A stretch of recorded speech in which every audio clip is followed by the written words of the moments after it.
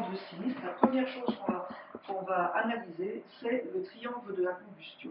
Donc le triangle de la combustion, on a trois choses. Pour avoir un incendie, pour avoir un sinistre, pour avoir des flammes, il nous faut trois choses. Un, il nous faut du combustible. Le combustible, ça va être le bois, ça va être le gaz, ça va être le fioul, ça va être voilà, tout ce qui va générer, tout ce qui va brûler, le papier, etc.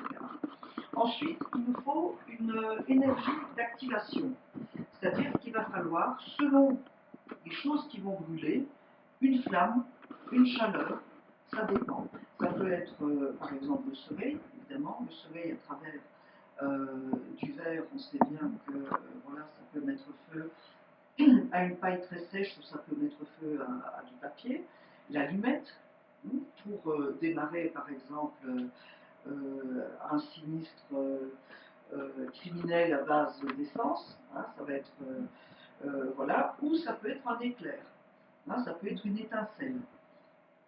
On nous indique toujours dans les stations à essence ne pas téléphoner et ne pas fumer, parce que rien que l'étincelle peut suffire à mettre feu, à enflammer les vapeurs d'essence.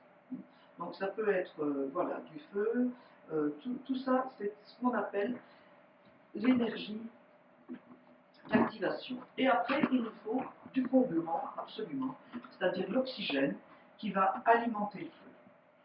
Voilà, ça, c'est les trois choses essentielles. Et nous, on va voir, d'abord, ça va être très important en sinistre de savoir ce qui a brûlé.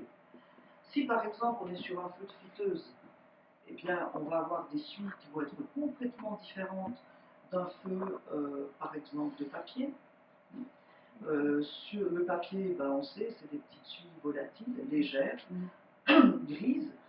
Un feu de friteuse, ça va être de la suie grasse, jaune.